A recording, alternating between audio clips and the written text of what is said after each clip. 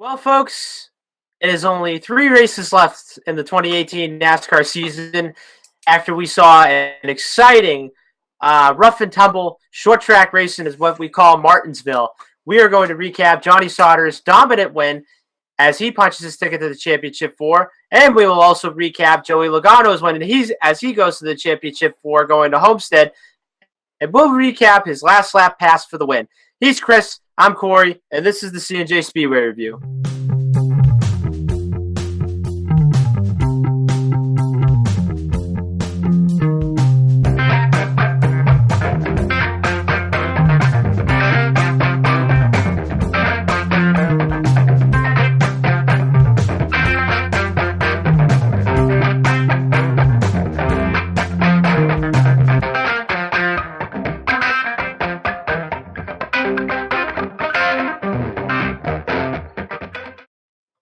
Welcome back, folks, to the C+J review. My name is Corey Huffnagel, and we are getting set for a recap of rough and tumble racing at Martinsville Speedway.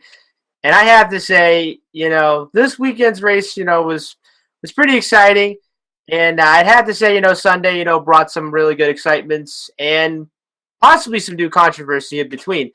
So let's go to the hotline now. Always a pleasure to chat with the one and only man of the hour, who also is the lead announcer for the Loki and Jabroni show. His name is Chris Burns. Chris, how are we doing?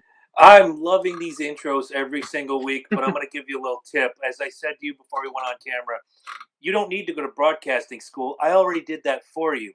So I'll give you a little something. The man of the hour, the tower of power, too sweet to be sour, funky like a monkey, and always in charge.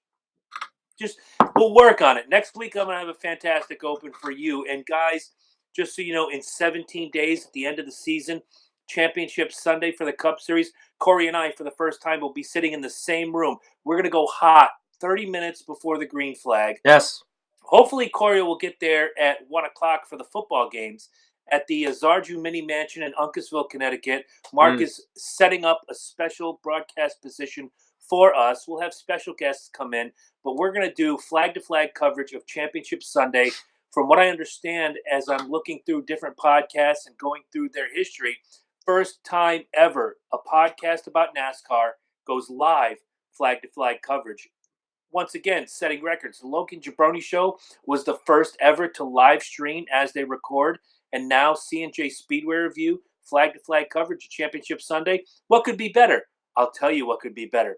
Possibly doing this again for the Daytona 500. I like to see that. Absolutely. So, yes, it was an exciting week of racing. Yes, it was rough and tumble, bumper to bumper, back to back.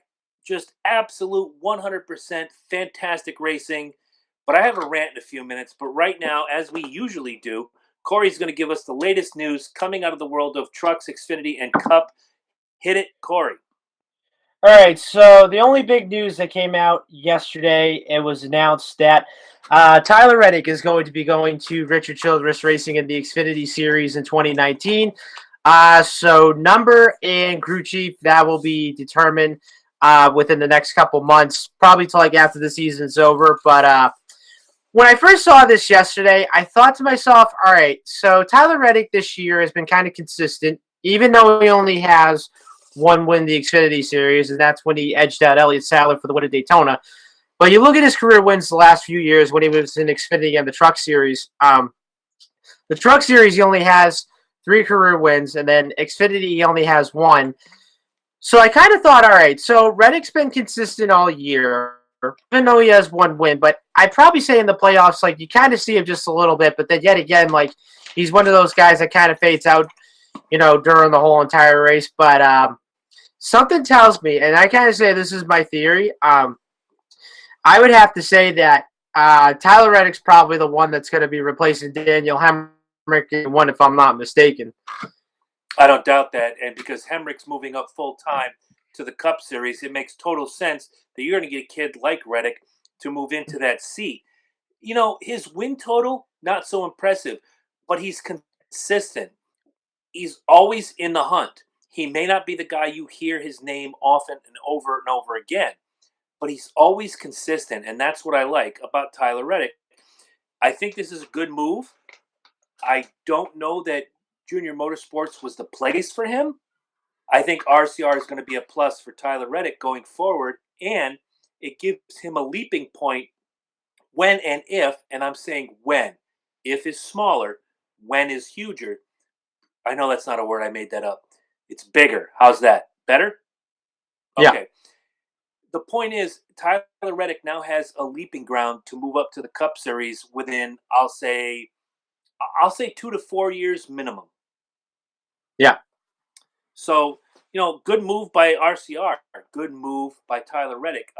It's not very good for Junior Motorsports. I don't know who they have left, but it almost seems as if Dale Earnhardt Jr., obviously the head of Junior Motorsports, is transitioning a little more to the broadcast side and a little less to the racing side. The team seems to be dwindling. Are you seeing the same thing I am? I don't think I see their team dwindling just a bit because if you look at it, they already have Noah Gragson coming in next year, and he's going to be a rookie. Justin Allgaier is coming back next year, the 17, so there's no doubt that he's going to be a championship contender next year no matter what. But then you got the question of, okay, so who's going to replace Tyler Reddick at Junior Motorsports? And I kind of had a name that popped up just a few minutes ago, and I wouldn't be surprised if Junior Motorsports gets Ross Chastain because look what happened to him this year. Tries those 3 races for Chip Ganassi. First race, he ends up dominating at Darlington. Could have ended up winning the race. Gets caught up in a late race crash near the end. Then you go to Las Vegas, gets his first career win, and then of course, Richmond, he finished his second. So I really think Junior Motorsports should take a look at this kid and say, he could be a possibility to run for our team full time next year. It's funny when you mentioned Ross Chastain. He's going to work into my rant in just a couple minutes on a good note, not on a bad note. But Ross Chastain wouldn't be a bad idea. Here's the name I thought of: John Hunter Nemechek. This kid needs a ride full time. Stop playing the merry-go-round of rides.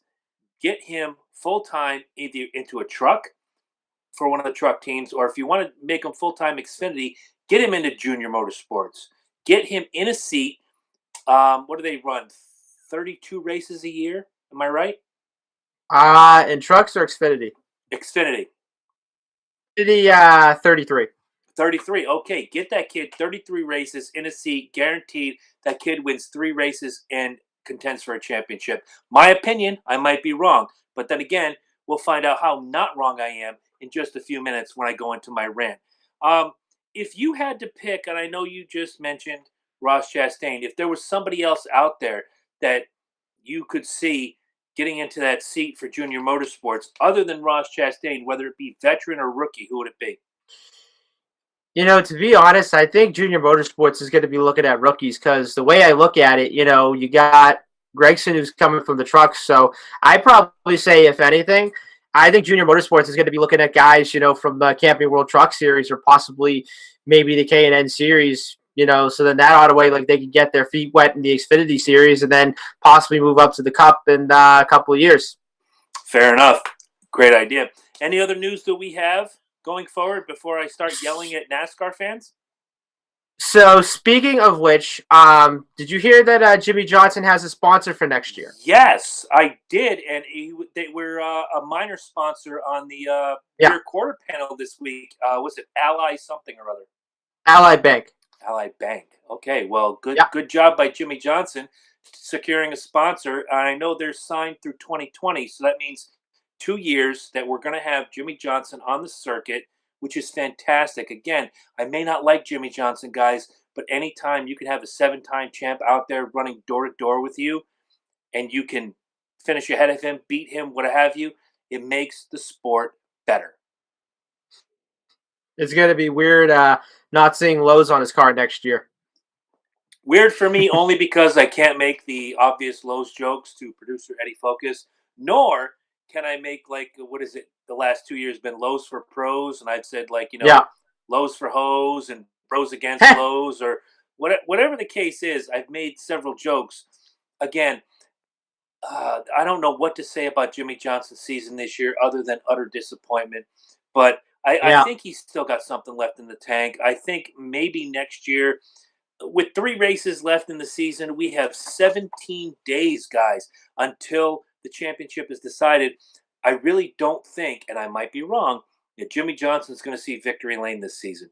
If he does, I'll be the first to say I'm wrong.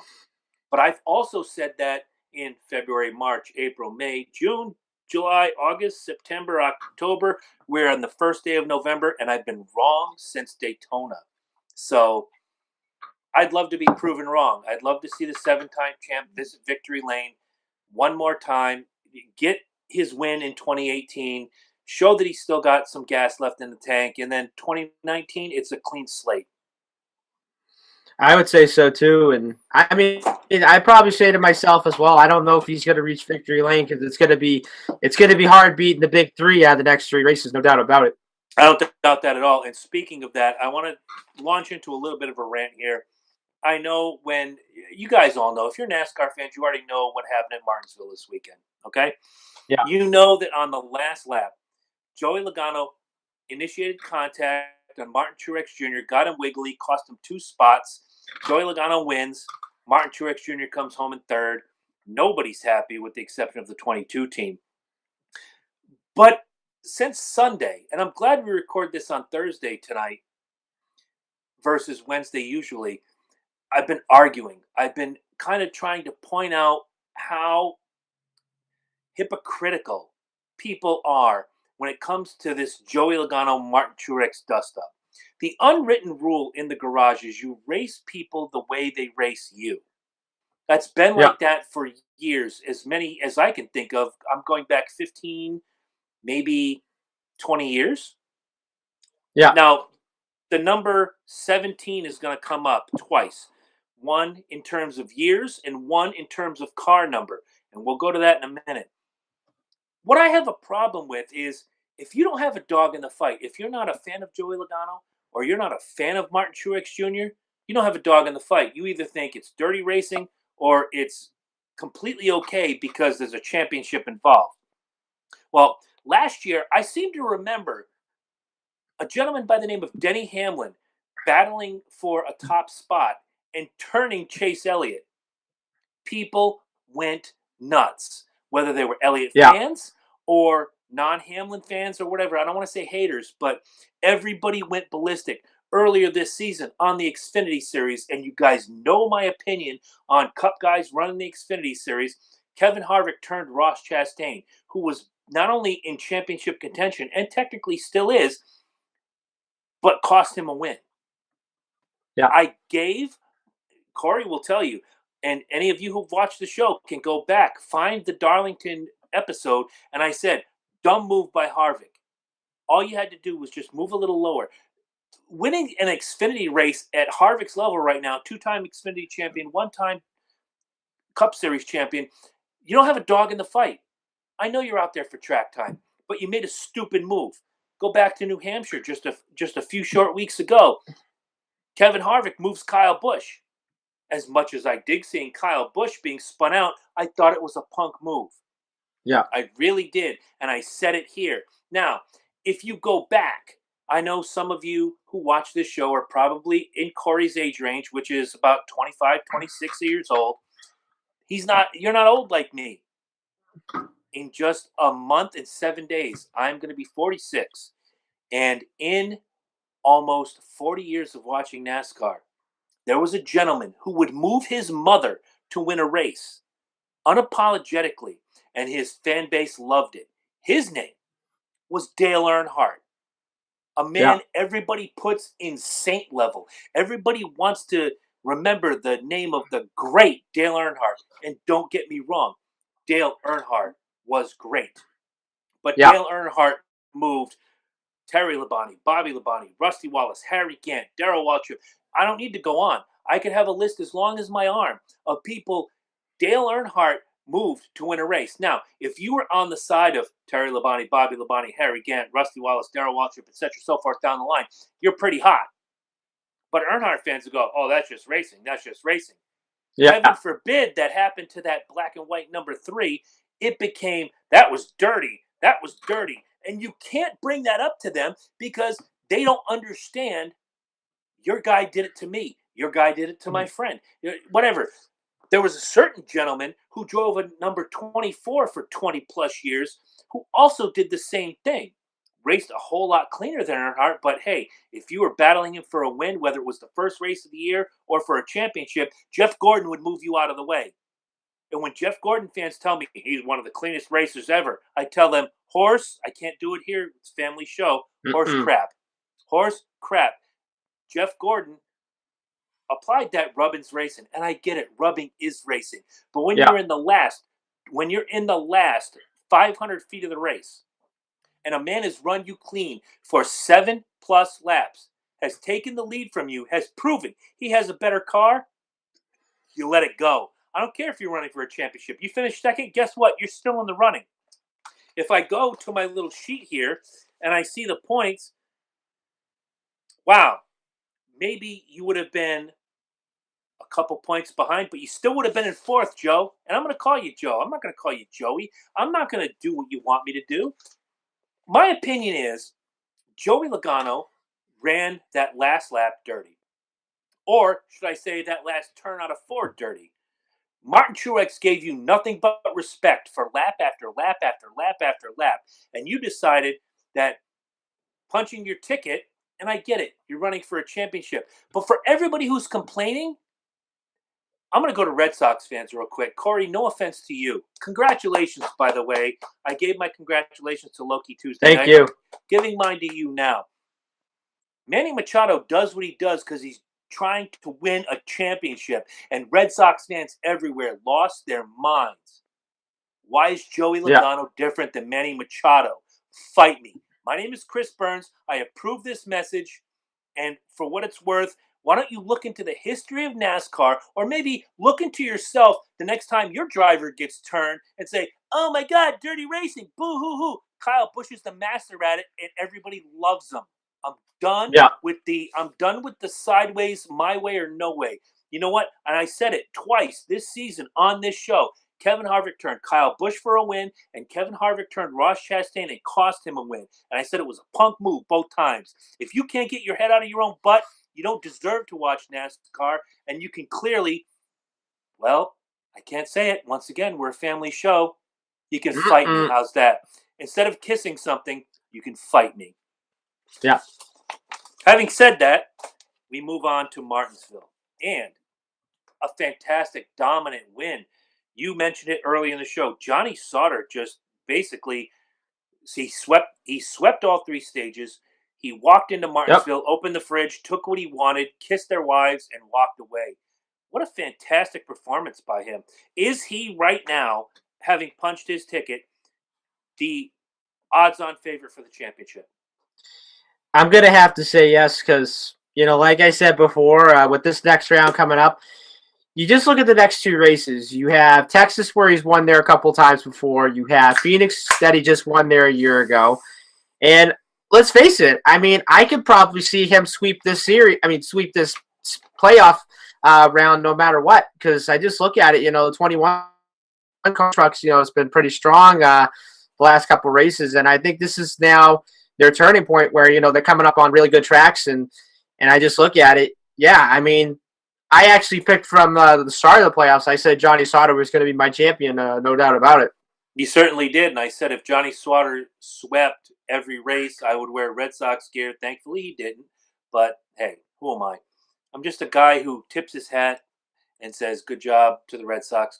Oh, my God, I hate saying that. Anyway, when I look at this race and the way Johnny Sauter just wheeled that truck around, he didn't let anybody – if somebody else took a lead, he took it right back. He was amazing. It reminds me of New Hampshire many years ago on the Cup Series. I want to say it was in the late 90s. Jeff Burton coming out of the gate, gets the pole, leads every lap of the race. Played pitch strategy correctly, played everything correctly. I believe, and you're the stat guy, you've got a computer open, maybe you can look this up. Is Jeff Burton the only guy to go flag to flag leading the entire race? Yes. Okay, there you go. 2000 in September. Thank you. I knew it was late 90s, early, like 2000 something. It was fantastic to watch that race. He Yeah. was a surgeon. He basically sliced the whole field. It was amazing. But Johnny Sauter, that was the kind of performance I saw out of him this weekend, was a Jeff Burton-esque running of Martinsville in the truck. Mhm. Was there anything, I know we're going to get to happies and sads and the picks and the points and all this mess, but really, when I watched this race, thank you to the NBC Sports app for allowing me to watch it after the fact. I really didn't see anybody that came close that I could say, well, Johnny Sauter obviously had a stellar day. This guy was close. Nobody was close. Yeah. So I guess we can dive right into the finish and go to the picks and the points. As we know, Johnny Sauter came in first, Brett Moffitt second, Myatt Snyder third, Ben Rhodes fourth, Kyle Benjamin a surprise fifth, Justin Haley sixth, Noah Gregson seventh, Harrison Burton comes home in eighth. If I screw this guy's name up, I apologize. Christian Eckes, Christian Yeah. Eckes finishes ninth, and Timothy Peters rounds out the top 10. Other notables are Stuart Friesen in 11th, Todd Gillill in 12th, Matt Kraft in 13th, Grant Enfinger 14th, Parker Kligerman back in the truck again in 16th. We go down the list. Austin Wayne Self 23rd, Jennifer Jo Cobb 29th, and a disappointing 30th finish for John Hunter Nemechek. Okay, I'm throwing a flag here, and I'm going to say if you pick Johnny Sauter as your happy, the show is over. I quit. I'll report on tennis from now on. So with Johnny Sauter out of the mix, give me a Yep. happy and give me a sad. So my happy for this one would definitely have to go to Brett Moffitt because ends up coming in second. And I thought to myself, like, I wasn't actually quite as surprised with it yet again. Like, it was a good run for that 16 truck, but I really want to see more out of this team heading into the next few races. And I would probably say, if you look at it, Texas would probably have to be their only shot at winning a race in order to punch their ticket because you look at it, they only won like 2 races on the mile and a half this year. So, I mean, Texas, being one of them, I wouldn't be surprised whatsoever. So, my sad for this one, it's going to be one of the young guys that made their debuts in the trucks. And my sad, I'm going to have to go to Sheldon Creed because I really wanted to see something out of this kid driving the 2 truck for GMS Racing. And, even though he finished in the top 15, not too decent, but then yet again, he made his debut. So I really want to see how he does possibly next year if he can get like a part-time role or something.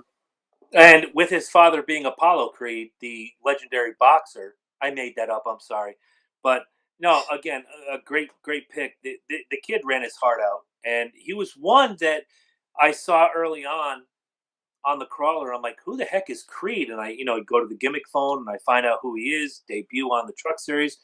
Not too bad. He finished in the middle of the field. The top half would have been 16, where Parker Kligerman ran, but you're three spots behind the middle of the field. Not a bad debut, not the worst debut. Certainly, we're going to get more out of him as we go along. I'm gonna mock your happy, not mock it, but I'm gonna do the same thing. I had Brett Moffitt written down as my happy. Here's a guy who, when the points were reset, wasn't in the most advantageous position, but now he sits in sixth. He's got to do some work in Texas and in Phoenix to move up and get into the championship 4. But I see a lot of upside. Obviously, we've talked about Brett Moffitt all year long. 4 wins is not a joke. The 16th finish at Talladega a couple weeks ago was kind of weird when we talk about Brett Moffitt being in the lower end of the field. But again, you come home second, you solidify yourself. You're only, if I'm doing my math right, 16 points out of 4th. So you have a chance. And I really do believe it will be Sauter and Moffitt battling for this championship 1-2 at Miami. But I guess we'll find out as we go along. My sad goes to John Hunter Nemechek. This is a kid coming off a fantastic high, winning the Xfinity race not too long ago, and having a 30th place finish here. Not a great day for him. Could have been worse. He could have finished dead last where Chad Finley finished. But, I expect more from John Nemechek, but all things considered, not the best day for him, and I felt terrible for the day that he had. So we go on to the points here on the Truck Series. Corey, you got me? Yep, I got you. All right, good, because I have to question that now. More fantastic technical difficulties here at Valhalla Underground Studio. Johnny Sauter leads the way in first with 857. Noah Gregson second with 762. Stop. That's an 80-something point. Is it 95-point difference, if I'm doing my math right? Yikes. Yes. But Johnny Sauter has collected 6 wins. He's got playoff points coming out of the wazoo. He could probably give away 30 playoff points and still be in first. Think about that as we come down the stretch, guys. Noah Gregson right now sits second with 762. Grant Enfinger is third with 726. Stuart Friesen is in the swing spot, number 4 with 708. Justin Haley is in fifth with 695. Brett Moffitt sixth with 692. Matt Crafton seventh with 679. And Ben Rhodes rounds out your top 8 with 672. Now we move on to the picks.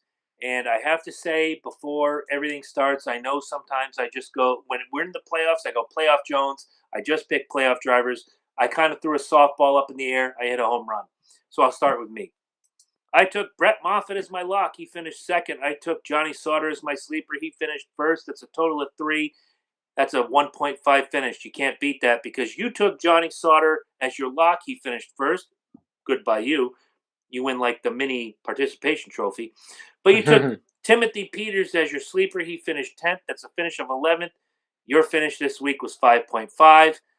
I kind of don't consider this a victory for me because I just kind of threw a softball up in the air and hoped and prayed that it would be fruitful, and it was. So we're going to call this week a wash. How's that?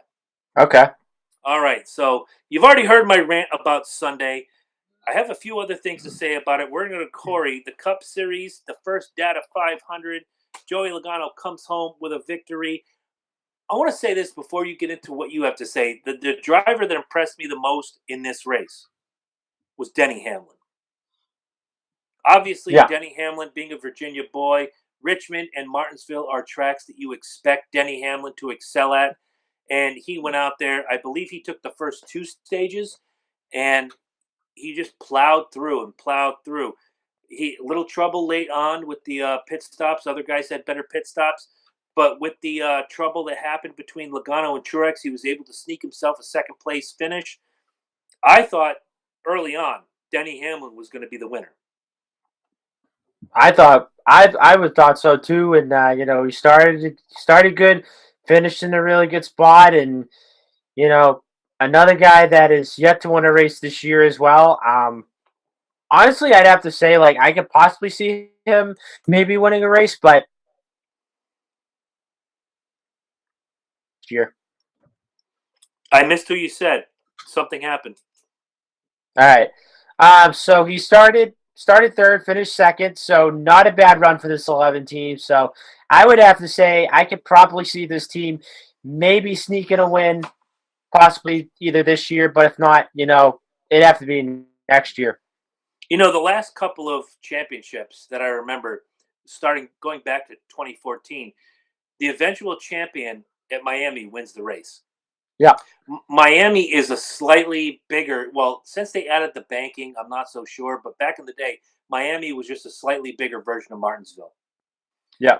I can see Denny Hamlin winning in Miami and your eventual champion being the highest finisher, which I don't think we've seen since 2014 when Harvick won the race. And I think the year before was the old system or the Chase system. So I know it was Harvick, Busch, Johnson, Truex all won the race, all clinched that championship, put it out there and said, I am the best of the best. This is how it is.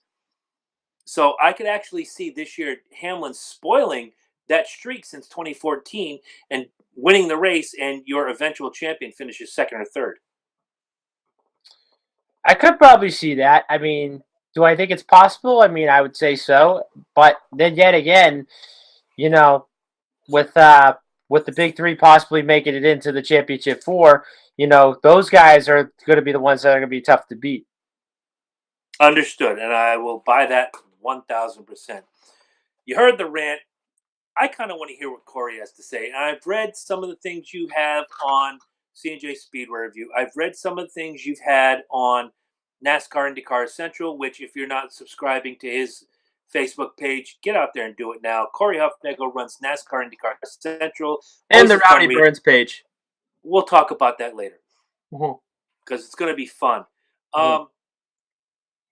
I think if I'm reading correctly, you thought it was nothing more than good hard-nosed racing, whereas I thought the unwritten rule is you race someone the way they race you. Unless your name is Kyle Busch, then you just push everybody out of the way.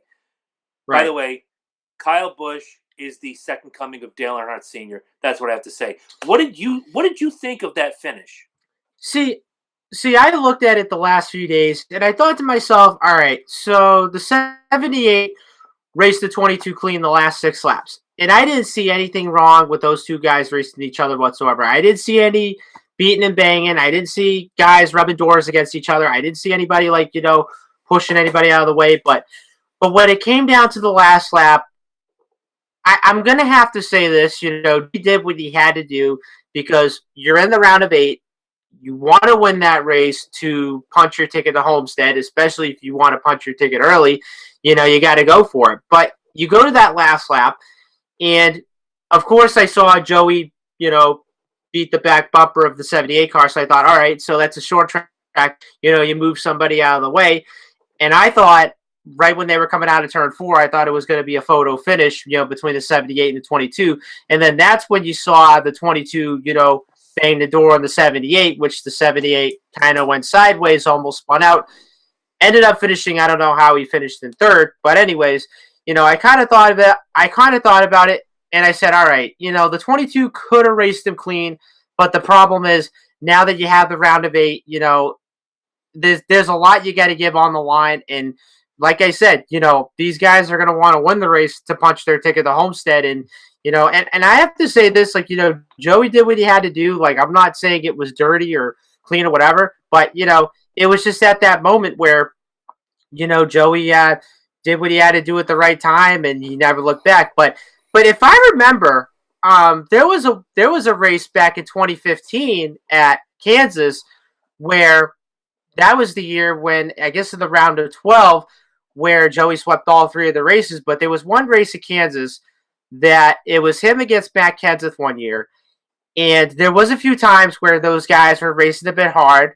And then there was one point in the race, I think it was 3 laps to go, Kenseth tried to put a block on the 22. So now Joey says, all right, so you put a block on me. This is what I'm going to do. So then he ends up spinning him out going into turn 1.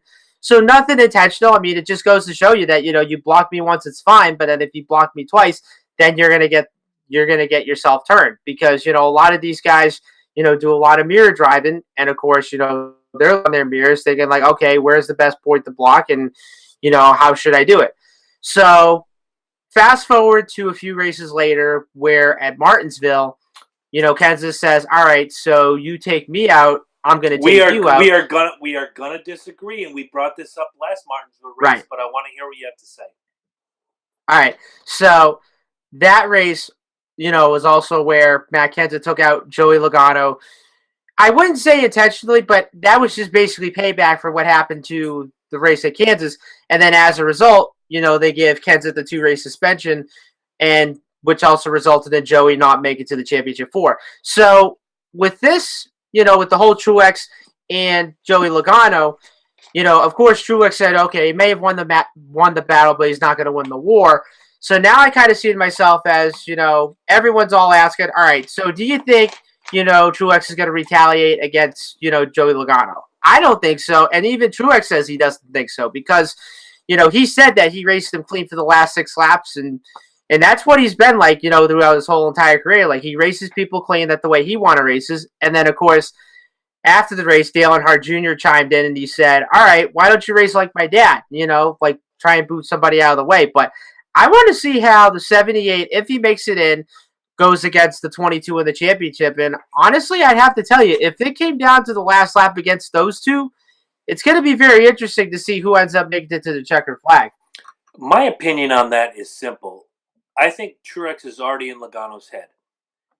That one statement, you may have won the battle, but you're not going to win the war. The 22 is going to be looking over his shoulder come Homestead and waiting to see the 78. How is he going to race me? Is he going to take me out? Is he going to do this? Is he going to do that? I can't remember his name. Tom Logano? Is that the father? Is Tom Yeah. Logano going to come out and cry the blues again? You could have killed my boy. You could have killed my boy. I have friends. I work in Middletown, Connecticut. They grew up with the Loganos. They gave me all sorts of crap this weekend and in the last few days. How could you say such things about Joey? He's like anyway.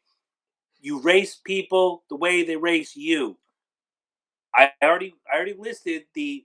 You want to go back even not even further, but somewhere in the middle. Darrell Waltrip, who we all love, everybody boogity boogity boogity, Oh, I love that. and his fantastic analysis of the races. Wore a black cowboy hat for years. He would spin people. He would do what he took to win a race, and then in the 1989 Winston, which is now known as the All-Star race, Yep. Rusty Wallace and Darrell Waltrip side by side. Rusty does not move his line. He is in the lead. He doesn't have the best car. I will say that. And I'm a lifelong Rusty Wallace fan. He did not have the best car, but he had the line.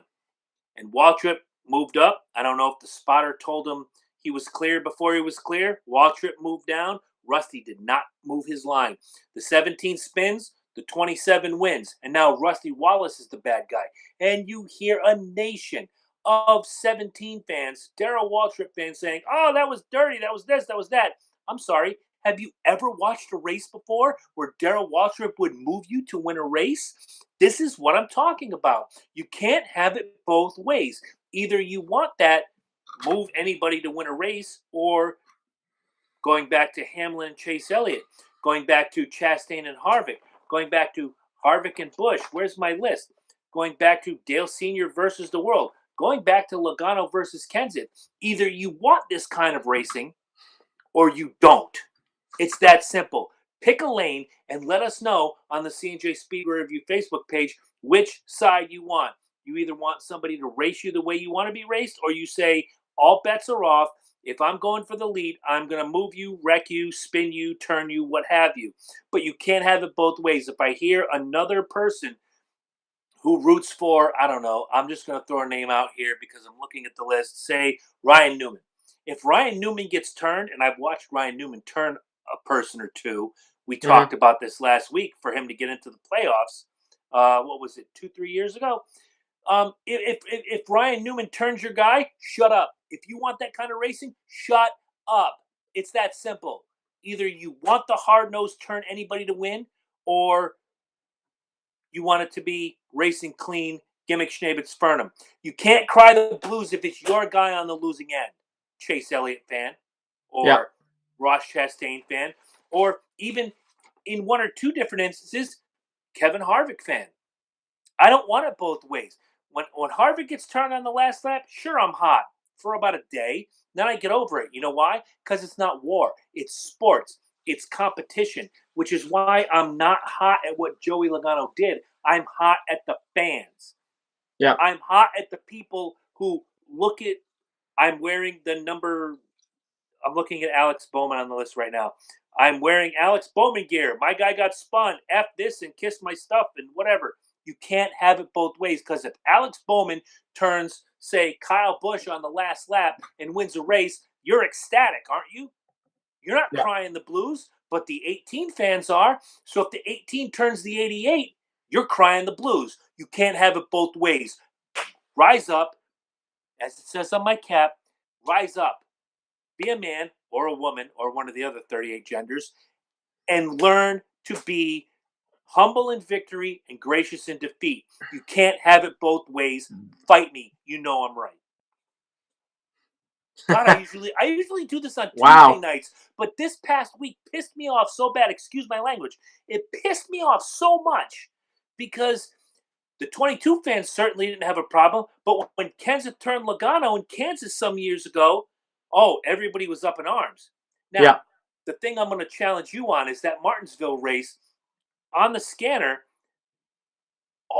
for 3 laps before this incident happened, Kenseth is saying to his spotter, "I can't turn. There's something wrong. I only have so much left turn. Something's wrong. Something got knocked out of whack." I'm not saying, and I said this the last time we spoke about this, I'm not saying Kenseth didn't do it intentionally, but there was evidence there. If you watch Matt Kenseth's line for the 3 to 5 to 10 laps before that, he was having a lot of trouble hugging the inside line on the front stretch. He goes way deep on the turn. He Yeah. can't turn the car. So now you have a restart. Kenseth cannot turn the car. He kind of goes a little wonky, a little straight. It looked, dude, trust me, the first time I saw it, I thought, Kenseth just dumped Logano. What the heck's going on? The more you watch it, the more you listen to the in-car feedback, which I don't think a lot of you did. I do. I'm a NASCAR geek. I have the scanner on my phone. I have all that gimmick. He was complaining for 10 to 15 laps. I can't turn the car. It's giving me no turn.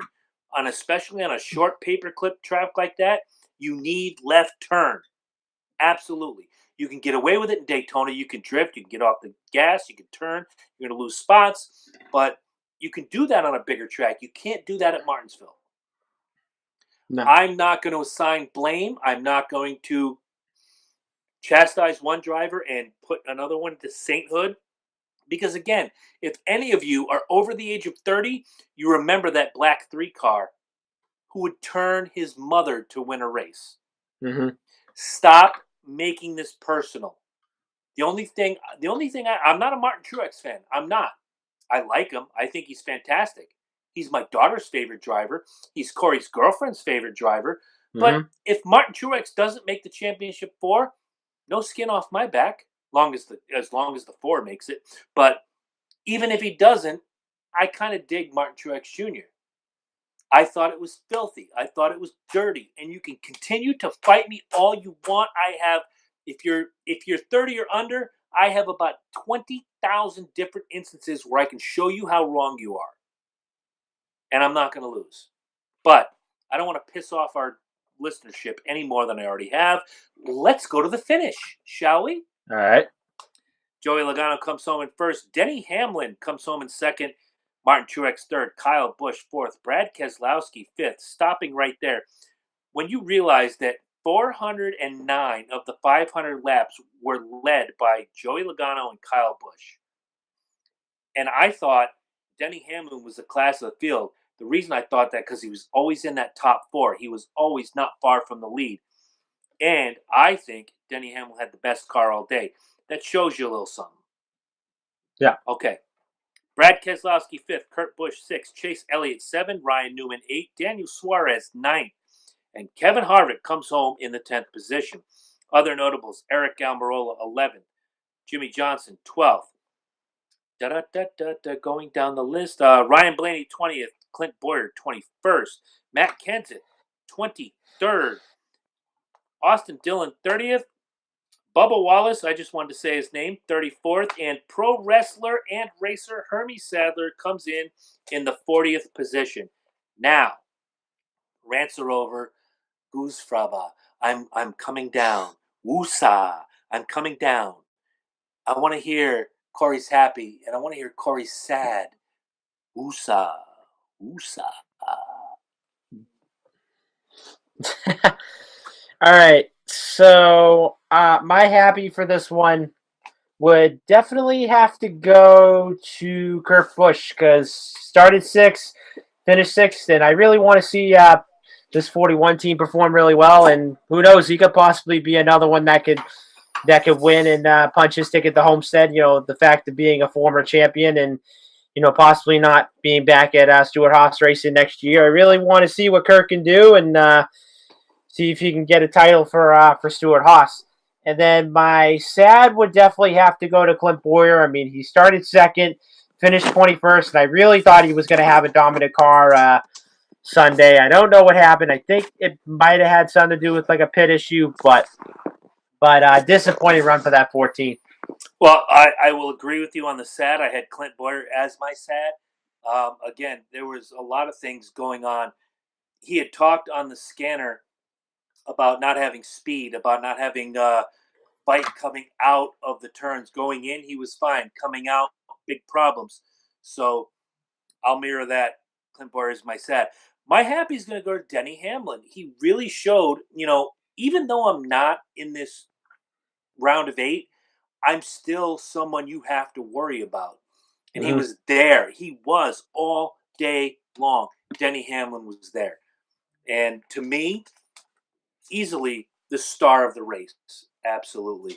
So now we go to the points, and it looks a little different than it has in the past few weeks. Kyle Busch leads the pack with 41.04 in first. Martin Truex, not taking too much of a bump, is in second with 40.83. In a virtual tie with number 3, Kevin Harvick, 40.83. Joey Logano has punched his ticket. You know he's going to be in the top 4 going forward. He is at 4th with 40.74. Kurt Busch is in 5th with 40.58. Chase Elliott 6th with 40.52. Clint Boyer 7th with 40.41. And Eric Almirola rounds out the top 8 with 40.33. Now, we have 2 races to go before the championship. We have Texas and we have Phoenix. Now, I said last week, sometimes it's not a matter of who's going to win Phoenix. It's who's going to finish behind Harvick in Phoenix. That could change. You never know. Mechanical problems, any other gimmicks, whatever happens. Who are the 3? Do you see the big 3 joining Logano, or do you see a shakeup?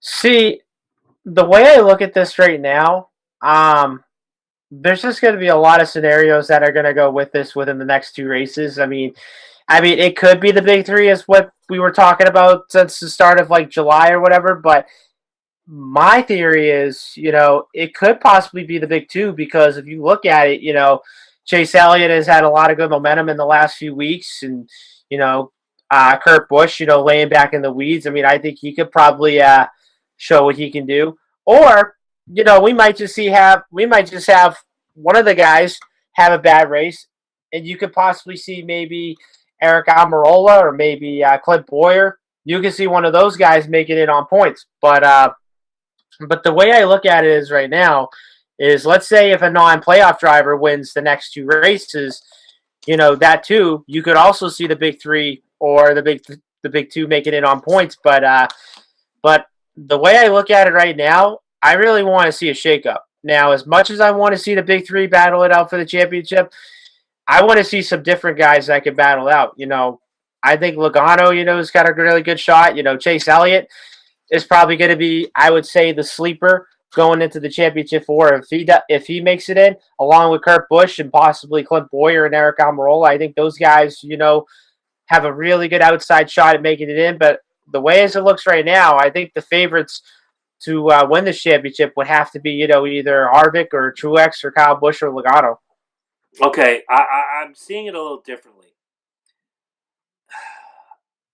I actually see the championship 4, and I said it a couple weeks ago that Logano could tip the apple cart and make this, he'd be the guy to challenge the big 3.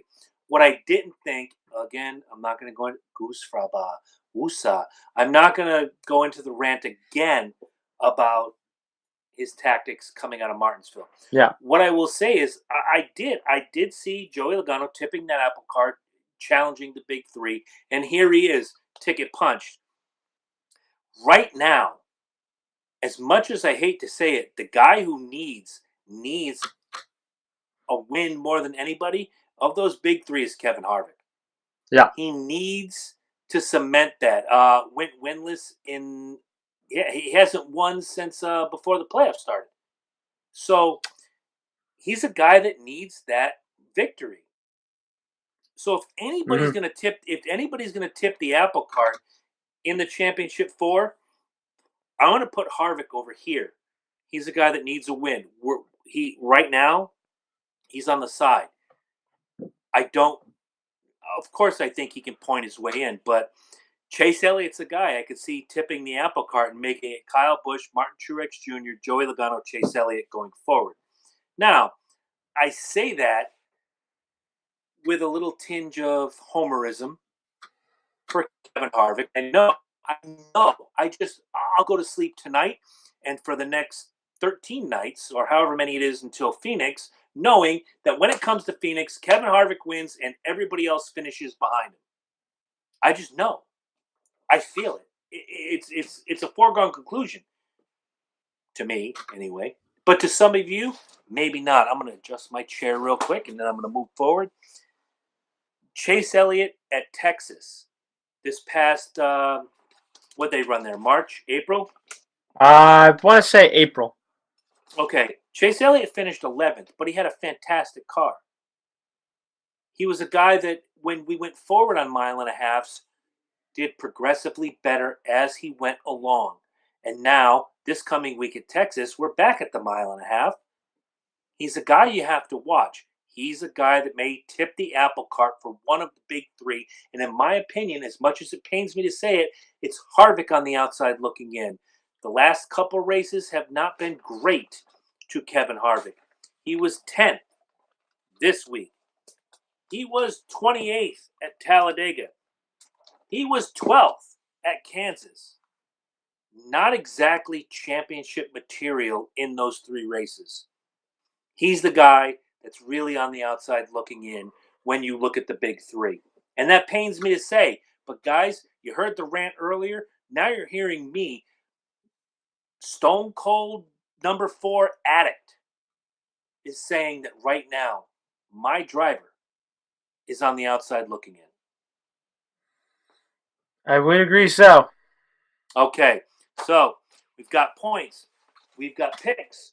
We don't have picks. Oh, this is going to be fun. All right, so the Cup Series, we'll start with Corey. He took Chase Elliott as his lock. Chase Elliott finished 7th. He took Clint Boyer as his sleeper. He finished 21st. He took Jimmy Johnson as his hopeful. Fantastic pick. He finished 12th. You add that up, you get a total of 40. You divide that by 3. Corey, your finish this week was 13.33. All right. Chris, see, and now, again, you guys heard the rant, but you watched last week's show. If you didn't, go back and watch it. I picked Joey Logano as my lock. I didn't think he'd go dirty Dale Earnhardt Jones on me, but he finished first. I took Chase Elliott as my sleeper. He finished 7th. I took Kevin Harvick as my hopeful. He finished 10th. You add that up, you get 18. You divide that by 3. I got a finish of 6th, but I'm going to put a giant P next to it for protest. We're going to call this week's pick in the Cup Series, much like we did in the Truck Series. This one's a wash. Nobody wins. Yeah. And I'm man enough to say that. My pick failed me. Joey Logano failed me. Failed. But now we move on. We're going to the Lone Star State. Double barrel shooting Jones, Texas. All 3 series are running this weekend, and Corey is going to tell you where, how you can see it, hear it, and enjoy it. All right, so Friday night we got the Camping World Truck Series. I believe it's the Rattlesnake 350K. I think in June they might have ran maybe 400 miles or whatever, but now it's 350K Friday night. So the race will be 8:30 Eastern Time on FS1. And then, of course, if you're listening to it in the car, you would also go to Sirius XM NASCAR Radio and, of course, the Motor Racing Network. The voice of NASCAR. They will be covering the race this weekend as we speak. Yay! Finally. So, it's always a good thing. MRN is my favorite. I wish, guys, just so you guys know, today's November 1st. My birthday is in 38 days. If anybody can find me a t-shirt that says MRN, the voice of NASCAR, you win. You just win. I will wear that every week next season here on the C+J Speedway review. So all I want is a t-shirt, a real t-shirt, not one with Sharpie marker gimmicks. I know, Chelsea, you're already thinking white t-shirt, black magic marker, MRN, the voice. I'd wear that too, but yeah. let's set all that to the side. MRN is awesome. All right, Corey. So we're at Texas. We got the Truck Series. Give me a lock and give me a sleeper. All right, so before I give you my predictions, so I want to give you down the practice runs that the trucks had earlier today. That's Uh, right. They were practicing today. My bad. so looking on the practice sheet, Brett Moffitt was the fastest out of all the drivers today, along with Ben Rhodes. Johnny Sauter was third. Harrison Burton, who just turned 18, is fourth. Matt Crafton in fifth. Noah Gregson in sixth. Todd Gilliland seventh. Myatt Snyder eighth. Justin Haley ninth. And Grant Enfinger rounds out the top 10. So my lock and my sleeper for this race, yeah, see, this one, it's definitely going to be an easy pick, but I'm going to have to go with Johnny Sauter. I mean, he's won at Texas before. He won here. Actually, he's won the last two races at Texas, so Yes, he has. wouldn't really surprise me if he sweeps both races at Texas this weekend. It's one of his favorite racetracks, if I'm not mistaken. So my sleeper, I'm going to have to go with Noah Gregson now, even though he won at Kansas back in the spring, and it's his only win on the mile and a half. I really want to see what this 18 truck can do because the way I see it, I still think, Gregson is a championship contender, no doubt, but I really want to see this kid run better. I really want to see him win a race. Hopefully he can punch his ticket to the championship for Homestead, and who knows? I mean, not only it's going to be a battle between Sauter and Moffitt, but it could also be a battle between Sauter, Moffitt, and Gregson. Absolutely. I went a different route. I looked at Texas earlier in the season. I looked at guys who had a good run, were close. I went away from some of the big names like Moffitt and Sauter. No offense to you. You take Sauter all you want. I took him this past week on a lark. Hey, he won. Great.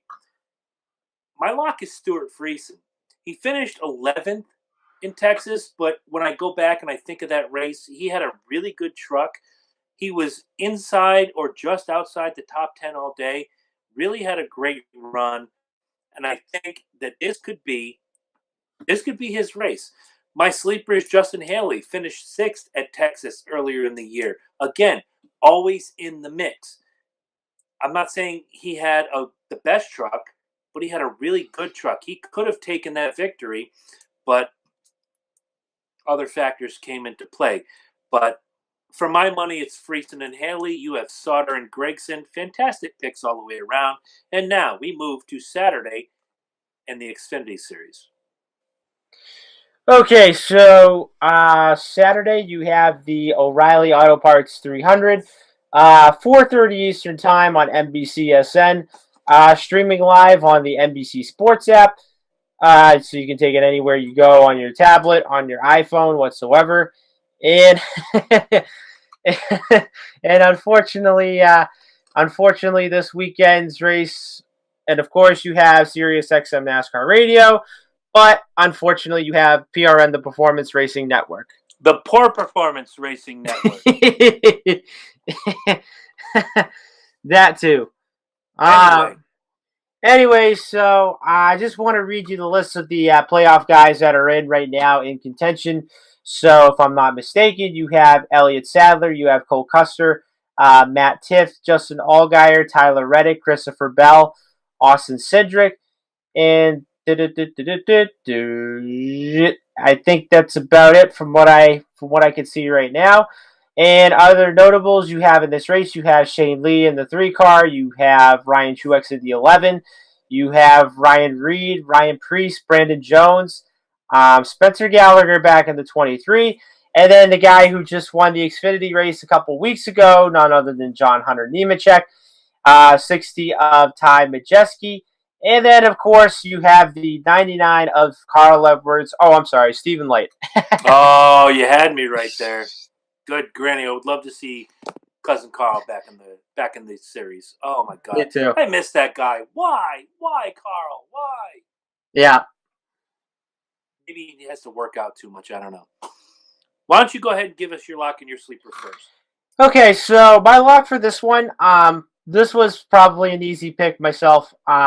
So my lock for this race would definitely have to go to Christopher Bell. I mean, you just look at it. I mean, he's been pretty dominant on the mile and a half this year. He's won 6 races in the Xfinity Series, the most as a rookie. And I could just tell that this Saturday is is just going to be a Christopher Bell race, from start to finish. I mean, you saw what happened at Kansas a couple weeks ago. He started second.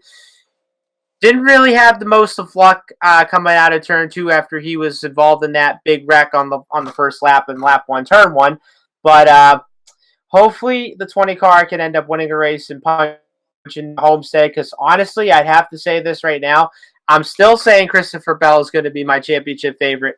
No doubt whatsoever. I think he can make it in, could possibly be another driver to win the championship in his first season.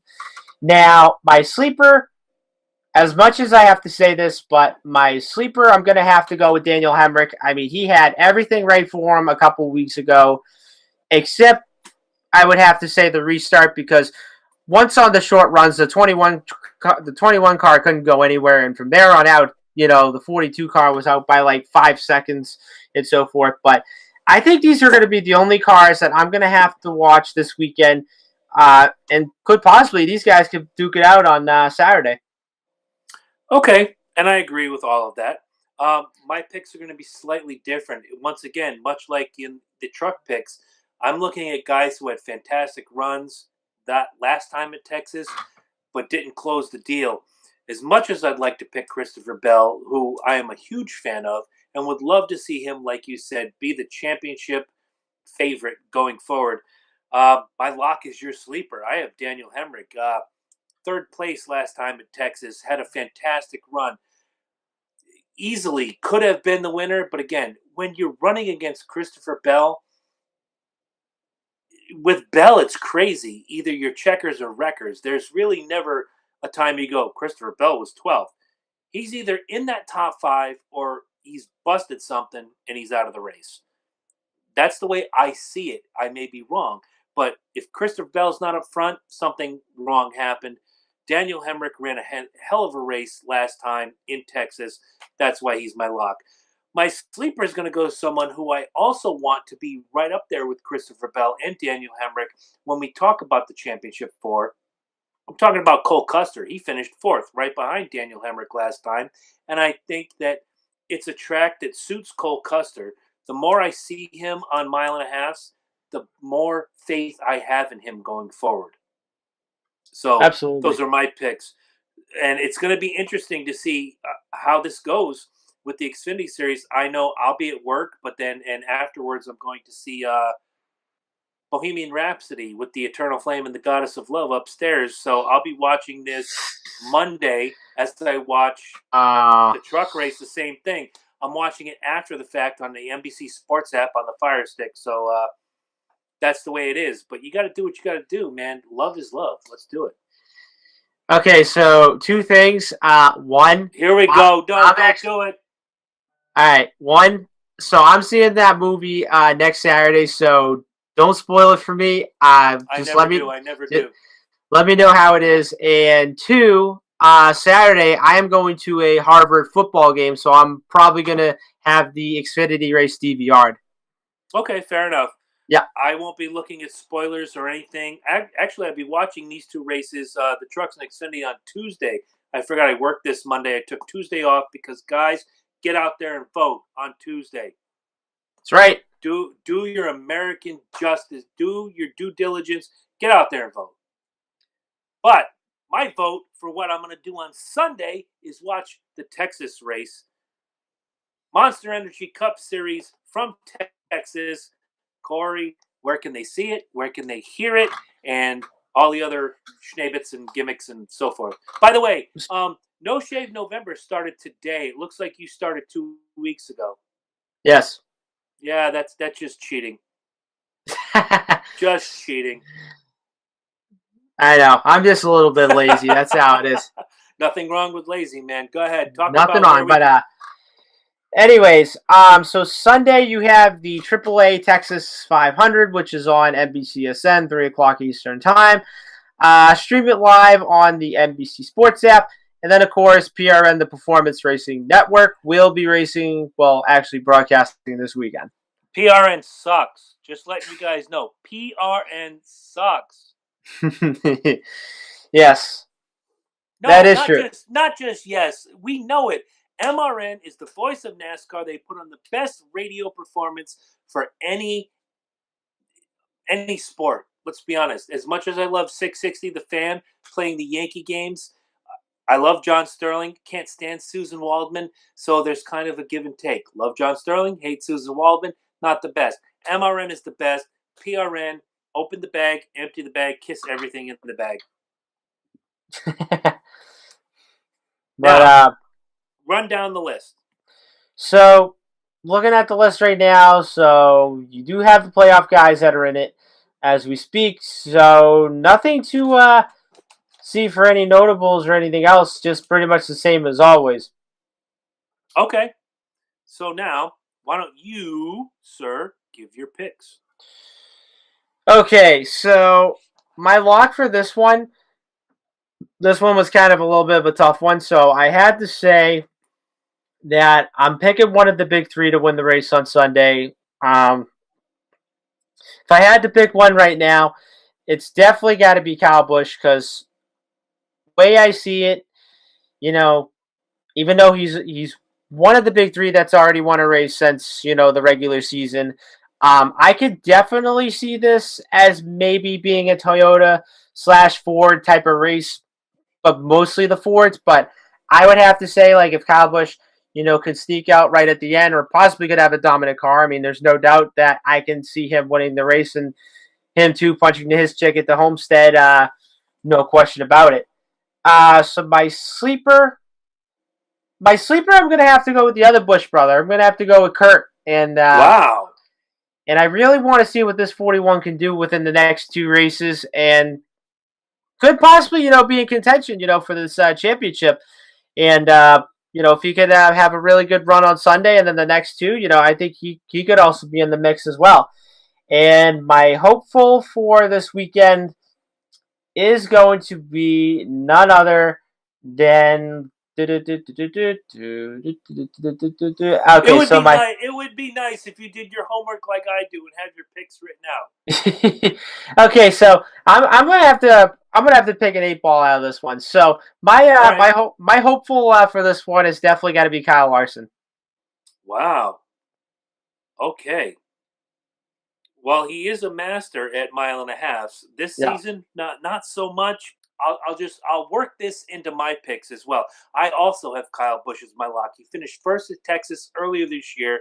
He's another guy, like you said, with the Toyota power behind him, and on the mile and a half, Kyle Busch is gold. So to not pick Kyle Busch as your lock would be kind of irresponsible to what we want to do for the people here. My sleeper went to Chase Elliott. He finished 11th last time when we went to Texas. But again, you look at Chase Elliott going forward in this season as we've progressed since that race, and he just keeps coming up and up and up, and now he's 3 victories strong on the Monster Energy Cup Series.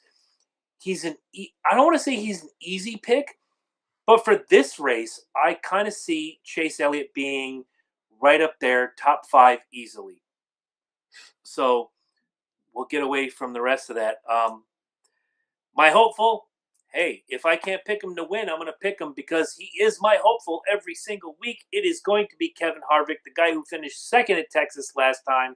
He of 7 wins, much like Kyle Busch. He of the big 3.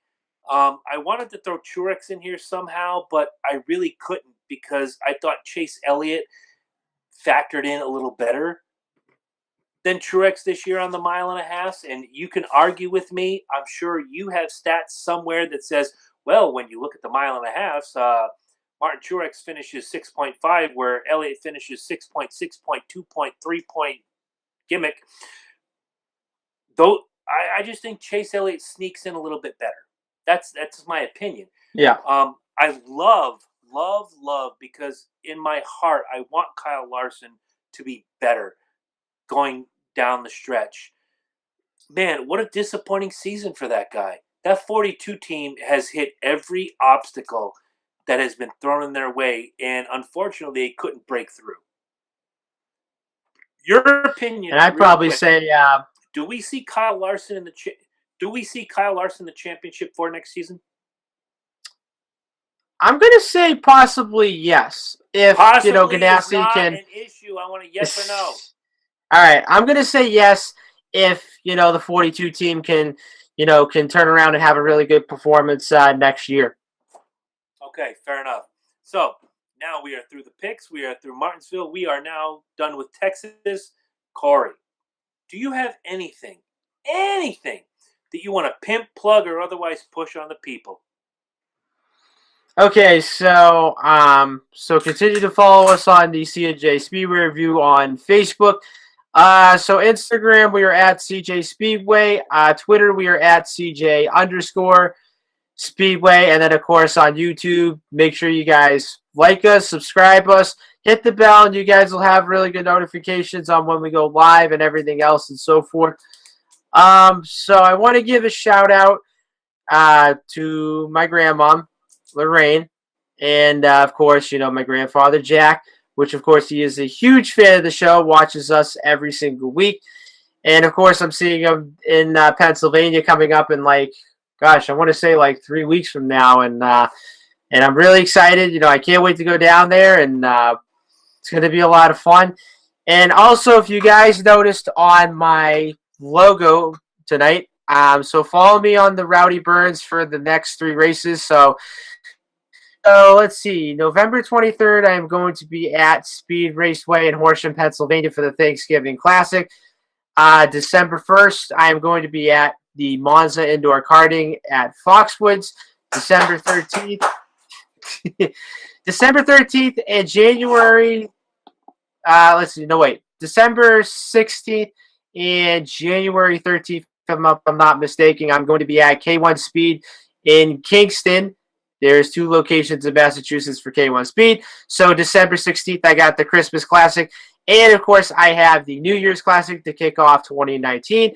And also, guys, there's rumors and possibilities that I'm going to be going to Florida for vacation coming up in May, and I'm going to be running possibly 2 races down there at Orlando Karting Center and K1 Speed as part of the – now, this is what I thought about within the last couple months is the 3-race endurance challenge, which you go to 2 go-kart places and you run 3 races and under the Florida sun, and it gets pretty warm down there, but I'm ready for the challenge no matter what. And where to find me, I'm going to tell you this right now. So I am on Facebook, Twitter, and Instagram and Snapchat. So I'm going to read you the first one. Facebook, Rowdy Burns K1 Racer. Twitter, Rowdy51 K1 Racer. Snapchat, Rowdy51 K1 Racer 1. And Instagram, Rowdy Burns 51 K1 Racer. Follow us all season long, and also stay tuned for updates and see where I am going to be in your area within the next coming weeks, months, years, and so on. Now, I am so behind you for these K1 races, and I think it's fantastic. The one thing I'm going to say is, how do you steal my last name and put yourself out there as Rowdy Burns when the real Rowdy Burns is sitting right here? So eventually we'll have to have a couple match races where we see who the man is. Now, I may be old, but my reflexes are still good. I can drive like nobody's business. But as we mentioned before, a couple practice laps, get a feel for the track. Then I'm going to come out and I'm going to whoop you like you owe me money. Having said that, I want to throw a shout out real quick before we end the show.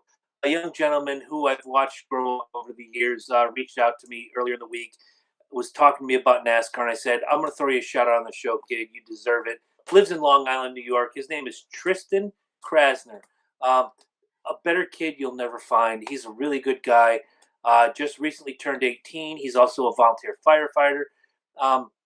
He's just what you want your kid to be. So, Tristan, to you and all your firefighter buddies, I know you said you'd play the show. You're on duty tonight, what have you. Tristan and all your guys in Long Island, keep up with us. We love you. Everybody subscribe to the show. We will send me every name of every guy in the firehouse, and Corey and I will shout you out one by one. Volunteer firefighters get a bad rap sometimes because they just live for fire. They're like bouncers watching Roadhouse, and they're beating off and they're going, look, Patrick Swayze's hitting another guy. No. But volunteer firefighters don't get paid, and they put themselves in harm's way for you. So to Tristan, all his buddies, and anybody who watches the show who is either paid or volunteer firemen, I thank you. I'm sure Corey thanks you. I'm sure producer Eddie thanks you. And if you don't like firefighters, when your house gets on, if your house accidentally comes on fire, call a plumber. See what happens. But having said that, it's going to be a fantastic weekend of racing. Don't forget, 17 days from today, guys, Corey and I are going to be sitting in the same room for the first time in C+J Speedway Review history. We're going to go live a half hour before green. We're going to go flag-to-flag coverage. And when it's over, you'll know who your champion is. We'll break it down, and we'll still come back on Wednesday to talk about it. After that, we go every other week, and we're going to have different topics to go over, and that's where you guys come in. If there's something you want us to talk about in the off season, go to the C+J Speedway Review Facebook page, message us on Twitter. I'm at cburns19. Corey, I think yours is give them your Twitter handle real quick. All right, so my Twitter, let's see. ilovechelsea.com. Which I do love her, by the way. Oh, cripes. I thought we could get one episode. Okay, so my personal Twitter page is at Corey_Huff33. Okay. If there's something you want us to talk about in those ridiculously long 12 weeks between Miami and Daytona, give us some ideas. We might have a question and answer segment where we tell you 2 weeks in advance, your questions will be answered here. Let's do it. The more you guys get involved, the better fun we can have in the off season. What we do during the season is kind of structured. We'd still love your input, but hey, man, let's make this off season fun. Let's make it count. I do agree. I agree with you. There's only one person that I say no to. 1,000%. That's producer Eddie Focus, because all he's going to say is, you need to make more right turns. We've added a new road course. He continues to be the bramble in the thicket, if you will. He continues to be the naysayer. And every time they go to a road course, I say, Ed, you got to watch this weekend. He doesn't do it. But hey, I keep trying. I'm going to keep trying. The more he produces this show, the more I'm going to push him.